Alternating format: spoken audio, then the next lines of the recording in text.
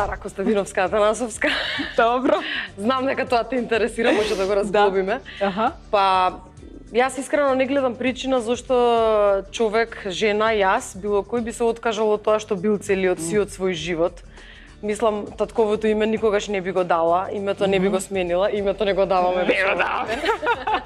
Жената секоја треба да се не треба да се избори, тоа треба да биде веќе прифатливо, да може да одлучи да ги одлучи кои презимења сака да ги зема. Има некои кои ќе одлучат само презимето на сопругот, но и според нашето верско убедување, жената го задржува своето презиме. Припадноста на семејството каде што доаѓа. Уметничкото име ми е поврзано со презимето, така што дефинитивно би додала, доколку дојде до нешто ако си такво. остварена со тоа твое презиме, веќе си створила себе Точно.